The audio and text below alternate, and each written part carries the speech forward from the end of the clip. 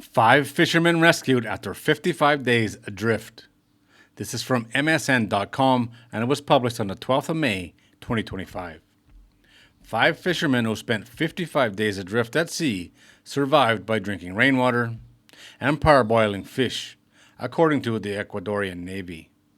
The fishermen, 3 Peruvians and 2 Colombians, had been missing since mid-March and were found on May the 7th by an Ecuadorian tuna boat called Aldo. The boat they were on could not withstand the tow by the tuna vessel and had to be anchored. The Coast Guard traveled to the location of the Aldo and picked up the fishermen and took them to San Cristobal Naval Base, where it was confirmed that their health condition was stable.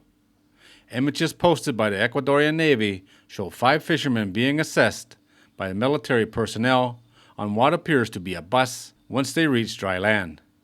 Earlier this year, another Peruvian fisherman, a 61-year-old, spent 95 days at sea alone, and he was also rescued by an Ecuadorian vessel and returned to Lima in mid-March, where he was reunited with his family. Another unbelievable story of survival, 55 days lost at sea, and lucky enough to be found, lucky enough to survive, lucky enough to be in pretty good health by the look of it. 55 days is a long time to be drifting in the ocean, that's for sure. Again, doesn't seem to be any form of communication on these boats. It doesn't make any sense to me anyway, to go that far out to sea and have no form of communication. Not this day and age. That's the way it was done in my grandfather's time, but it's not done like that anymore. Just an EPIRB or something would prevent all of this. Not cheap.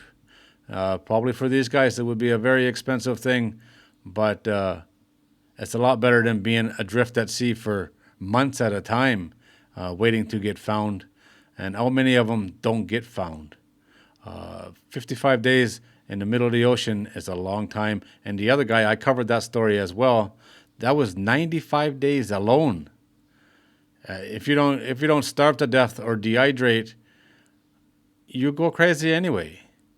95 days alone in the middle of the ocean. That's a long time. When an EPIRB or something like that, a satellite phone, anything to call for help would have made all the difference.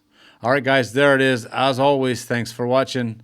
If you're new here and you like these kind of videos, don't forget to subscribe before you leave, and I'll see you on the next one.